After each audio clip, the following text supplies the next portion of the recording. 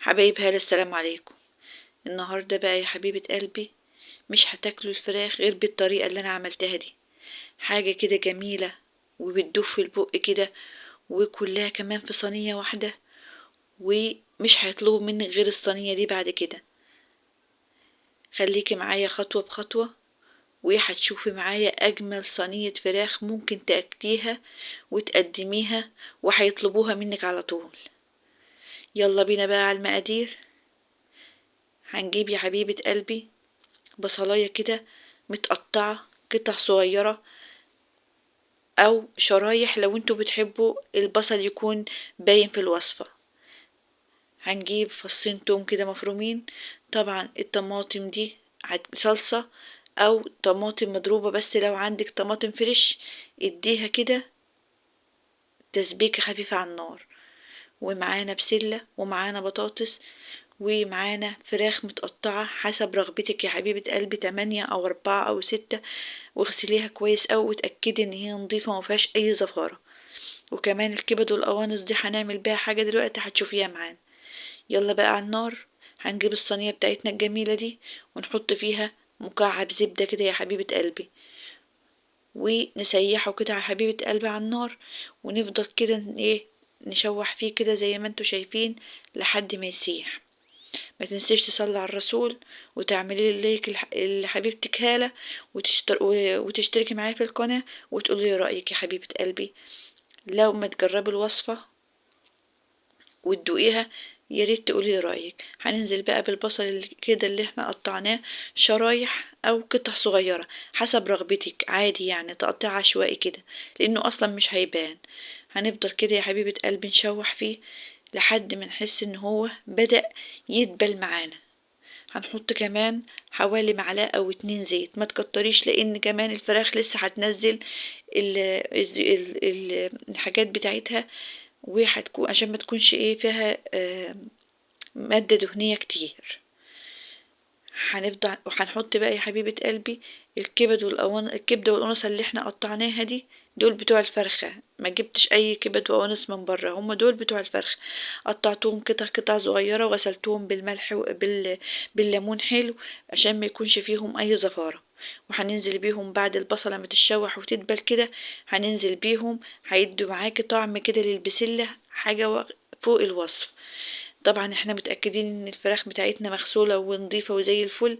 هننزل فيها بيها الاول كده يا حبيبة قلبي زي ما انت شايفاني بعمل كده على وشها الاول، ونسيبها كده يا حبيبة قلبي تتشوح، ونحط عليها رشة آه بهارات فراخ ورشة كمون، ونغطي عليها كده لحد ما نحس ان هي غابت كده على النار بتاع 5 دقايق، ونعرق ونشيل الغطا ونقلبها على اليمة التانية كده يا حبيبة قلبي. وبرضو نديها رشة فلفل اسمر وكمون وشوية بهارات فراخ برضو بعد احنا ما قلبناها على اليمة التانية عشان تاخد الطعم من اليمتين.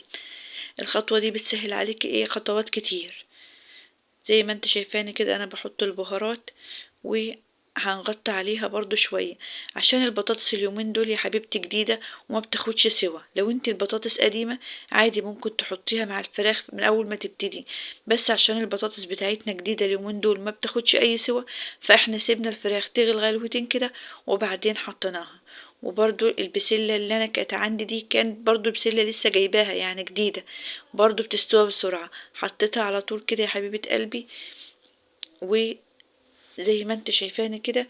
وهنسيبها برضو كده هنحط عليها مكعب مرق الدجاج، وبعدين نحط صلصة الطماطم. صلصة الطماطم دي يا حبيبة قلبي لو عندك صلصة ينفع، لو عندك طماطم فريش تسبكيها لحد ما تكون خلاص قربت تتسبك وتزوديها شوية مية وتعمليها.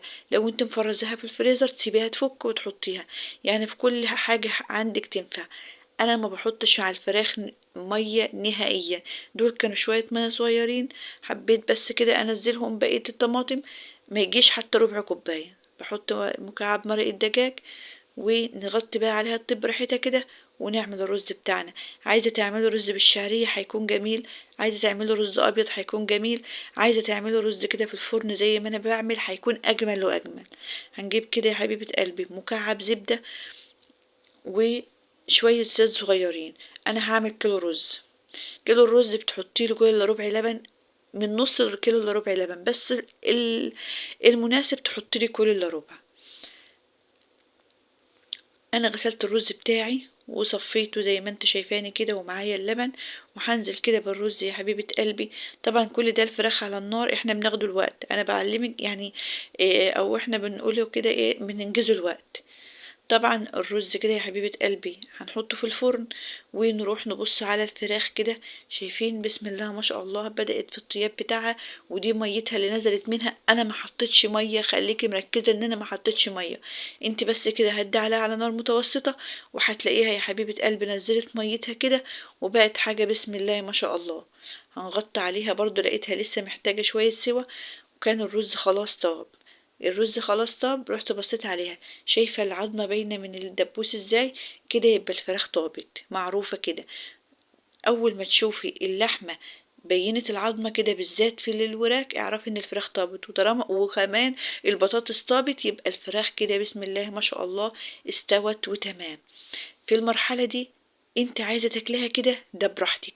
انا بقى هاخدها على نار، على الفرن، واديها كده يا حبيبة قلبي تحميرة كده من على الوش، تظهريها كده لفوق، وتخلي الفراخ هي اللي باينة والبسلة هي اللي تحت والخضار، وناخدوها بقى على الفرن كده، تاخد ايه، لون كده جميل، وتسبك كده. لو بس يا ريت ما تولعيش من تحت، علشان مش عايزاها تنشف، احنا عايزينها كده فيها الصلصة بتاعتها.